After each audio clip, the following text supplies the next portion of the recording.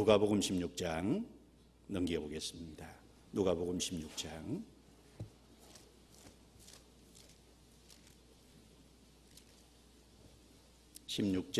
13절입니다.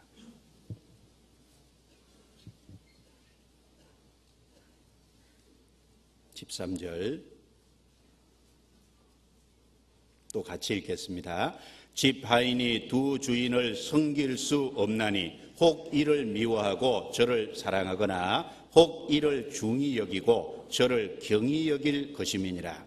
너희가 하나님과 재물을 겸하여 섬길 수 없느니라. 자, 집 하인이 두 주인을 섬길 수 없죠.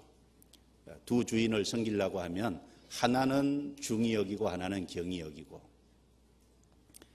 그리고 하나는 사랑하고 하나는 미워하고, 그런 문제가 생길 겁니다. 마찬가지로 하나님과 재물을 겸하여 섬길 수 없느니라. 이 말씀을 하신 이유는 구원받은 사람 마음에 주가 주인이 돼야 되는데 재물이 주인이 되어 있는 경우도 있기 때문에 하시는 말씀이라는 거예요. 하나님과 재물을 겸하여 섬길 수 없느니라. 또 어떤 경우에는 그 마음에 주님이 주인이 돼야 되는데 사람이, 주님이 아닌 다른 사람이 그 안에 주인으로 자리 잡고 있는 경우도 있을 수 있겠죠. 고린도전서 7장에 너희는 값으로 산 것이 되었으니 사람들의 종이 되지 말라. 또 마태복음 10장 37절에는 아비나 어미를 나보다 더 사랑하는 자는 내게 합당치 아니하고 아들이나 딸을 나보다 더 사랑하는 자도 내게 합당치 아니하니라. 마음에 주님이 주가 돼야 되는데 거기에 어떤 부모님이 주가 되고 자기 자녀가 주가 되고 주님보다 그 부모를, 자녀를 더 생각하고 있다면, 더 앞세운다면 그것이 하나님의 제자로서, 그리스도의 제자로서 마땅치 않다는 것을 우리에게 말해줍니다.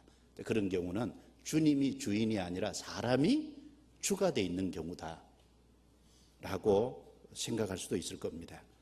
그리고 그 마음에 세상이 주가 돼 있는 경우도 있겠죠. 요한일서 2장 15절에 이 세상이나 세상에 있는 것들을 사랑치 말라. 누구든지 이 세상을 사랑하면 아버지의 사랑이 그 속에 있지 아니하니 이는 세상에 있는 모든 것이 육신의 정욕과 안목의 정욕과 이생의 자랑이니 다 아버지께로 쫓아온 것이 아니요 세상으로 쫓아온 것이라. 자, 이 세상이나 세상에 있는 것들이 들어와서 그 마음에 자리 잡는다면 마음은 두 가지가 한꺼번에 있을 수 없잖아요. 세상이 차지하는 만큼 주님이 자리 잡는 것은 줄어들 겁니다. 그래서 이 세상이 마음에 꽉 자리를 잡는다면 주님은 계실 곳이 없을 거예요. 그래서 세상을 사랑하는 마음 속에는 주님의 사랑이 있을 수 없다라고 성경에 말씀했습니다. 그게 구원받은 사람에게 하신 말씀이잖아요. 그리고 구원받은 사람이 혹 쾌락이라는 것이 그 마음속에 주가 될 수도 있을 겁니다. 쾌락 사랑하기를 하나님 사랑하는 것보다 더하며, 이 세상은 그렇습니다. 구원받은 사람은 그렇지 않죠. 그런데 시험에 빠지면 어떤 육신의 즐거움을 쫓고 쾌락을 쫓는 그것 때문에 주님이 마음의 주인으로 자리 잡지 못하는 그런 경우도 있을 수 있을 겁니다. 마치 이스라엘 백성들이 하나님이 세운 다윗을 주로 섬겨야 됨에도 불구하고, 그것이 하나님의 뜻이고 하나님의 질서임에도 불구하고 압살롬을 쫓거나 비류인 세바를 쫓는 그런 어리석음을 범하고 마음이 왔다 갔다 그랬던 것처럼 구원받은 사람도 그럴 수 있기 때문에 하시는 말씀입니다. 그리고 이스라엘 백성들은 10지파와 그리고 유다 지파가 마음이 다윗이 왕으로 다시 복권되는 그 일에 있어서 마음이 하나 되지 못했습니다. 비록 세바가 요압에 의해서 제거됨으로 인해서 이스라엘 백성들이 다윗을 추대하는 것처럼 보이지만, 그러나 그 마음속에 유다 지파와 10지파가 뭔가 마음 밑바탕에 서로가 마음이 합치되지 못하는, 연합하지 못하는 그 밑바탕이 깔려 있는 거예요. 그래서 솔로몬 시대를 지나서 그 솔로몬의 아들 시대에 가서 르호보암과 여로보암, 신하와 솔로몬의 아들에 의해서 나라가 두 동강이 나는 그것이 그때부터 사실은 출발한 거거든요. 자, 그것은 우리에게 중요한 교훈을 가르칩니다. 참으로 구원받아서 마음이 하나가 돼야 될 형제 자매들이 겉으로는 하나 된 것 같은데 마음 밑바탕에 형제를 미워하고 형제를 판단하고 형제에 대해서 어떤 마음 밑바탕에 갈려서 당장은 문제가 안 되는 것 같은데 어떤 결정적인 계기가 생기면 갈라진다 그 말입니다. 그것이 어떤 큰 문제가 될 수 있는, 그것이 하나님 보실 때 악이고 죄입니다. 그렇지 않겠습니까? 시편 133편 1절에 보면은 형제가 연합하여 동거함이 어찌 그리 선하고 아름다운고, 하나님이 가장 아름답고 선하게 보는 것 중에 하나가 형제가 연합하는 겁니다. 형제가 연합하려면 마음이 하나가 돼야죠. 서로 사랑해야죠. 그래서 같이 한 목적을 위해서 합심할 때 하나님 보실 때 아름답잖아요. 베드로후서 1장 5절부터 7절에는 형제 우애를 특별히 강조하고 있지 않습니까? 그러므로 너희가 더욱 힘써 믿음의 덕의 지식을, 지식의 절제를, 절제의 인내를, 인내의 경건을, 경건의 형제 우애에 사랑을 공급하라. 그 형제 우애가 나오거든요. 구원받은 사람은 같은 형제 자매잖아요. 한 하나님 아버지를 섬기는 한 형제 자매입니다. 그 형제 우애가 반드시 필요하죠. 구원받은 사람이 하나 되는 그것은 사랑이 밑바탕이 돼야 됩니다. 그렇지 않습니까? 성경 로마서입니다. 찾겠습니다. 로마서 14장.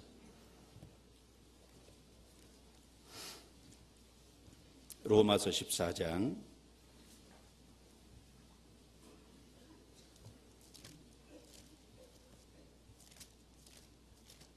로마서 14장 4절입니다. 남의 하인을 판단하는 너는 누구뇨? 그 섰는 것이나 넘어지는 것이 제 주인에게 있음에 저가 세움을 받으리니 이는 저를 세우시는 권능이 주께 있음이니라. 자, 남의 하인을 판단하는 너는 누구뇨? 형제자매를 판단하지 말라는 거죠. 형제자매를 세우시고 넘어지게 하는 권리가 누구에 있냐? 주께 있잖아요. 내게 있는 게 아니죠. 14절, 내가 주 예수 안에서 알고 확신하는 것은 무엇이든지 스스로 속된 것이 없으되 다만 속되게 여기는 그 사람에게는 속되니라. 만일 식물을 인하여 내 형제가 근심하게 되면 이는 내가 사랑으로 행치 아니함이라. 그리스도께서 대신하여 죽으신 형제를 내 식물로 많게 하지 말라. 15장 1절, 우리 강한 자가 마땅히 연약한 자의 약점을 담당하고 자기를 기쁘게 하지 아니할 것이라. 7절은 같이 읽습니다. 이러므로 그리스도께서 우리를 받아 하나님께 영광을 돌리신과 같이 너희도 서로 받으라. 형제 자매를 향한 마음의 어떤 밑바닥의 미움이나 판단이나 원망이나 시기 질투 이런 것이 없어야 될 겁니다. 그런 것이 없을 때 사랑으로 온전히 하나 될 수 있을 겁니다. 식물로 인하여 내 형제가 근심하게 되는 이는 내가 사랑으로 행치 아니함이라. 식물뿐 아니라 구원받은 형제 자매들 안에 형제 자매에게 근심을 끼치는 일이 가능한 한 없도록, 근심을 끼치는 것은 사랑으로 행치 아니함이라. 그렇죠. 근심하지 않도록. 그리고 연약한 자가, 강한 자가 연약한 자의 약점을 담당해 주는 것도 사랑에서 나오는 거죠.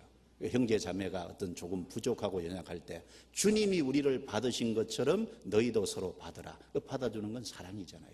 그 형제 자매 교회 안에, 교제 안에서 바탕이 되는 것은 사랑이잖아요. 사랑은 온전하게 매는 띠라고 골로새서 3장에 말했습니다. 그래서 예수님께서도 마태복음 5장 23절 24절에 그러므로 예물을 제단에 드리다가 거기서 내 형제에게 원망 들을 만한 일이 있는 줄 생각나거든 가서 먼저 형제와 화목하고 와서 그 후에 예물을 드리라. 만약에 예물을 주님 앞에 드리다가 그런데 퍼뜩 형제 자매에게 원망 들을 만한 일이 있는 것이 생각이 났어요. 그러면 하나님이 안 받으실 거다. 그게 있는데도 드리면 그거 받겠냐. 그래서 그 예물을 두고 먼저 가서 형제와 화목하고 와서 하나님께 예물을 드리라. 그러면 하나님이 기쁘게 받으실 거다. 우리 삶 속에 형제 자매에 대한 마음 밑바닥에 깔려있는 시기와 원망과 어떤 미움과 증오까지는 없겠죠. 예. 어떤 그런 것이 마음 밑바닥에 깔려 있으면 그것 때문에 우리가 하나님께 드리는 어떤 봉사와 하나님께 드리는 어떤 수고가요, 하나님이 기쁘게 받으실 수 없을 수도 있잖아요. 그렇지 않습니까? 그래서 이스라엘의 범죄, 바로 그것에 대해서 하나님이 왕들의 범죄만 심판하는 것이 아니라 사울 왕과 다윗 왕, 이스라엘 백성의 그 잘못도 하나님이 심판을 하시려고 하셨다는 겁니다. 그럴 뿐 아니라 다윗의 범죄가 있죠. 다윗의 범죄는 마음 밑바탕에 교만이 깔려 있는 겁니다. 다윗의 두 가지 큰 잘못 중에 첫 번째는, 물론 두 가지 다 깨어있지 못함으로 사단이 틈을 탄 겁니다. 첫 번째는 게으름에서 온 거죠. 전쟁하러 나가야 될 그 시기에 전쟁하러 나가지 않고 자기 신하들은 전쟁터에서 바쁘게 싸우고 있는데 다윗은 그 궁에서 편안히 낮잠을 자고 이러는 그 게으름 때문에 그 간음죄가 들어오고 살인죄가 들어왔습니다.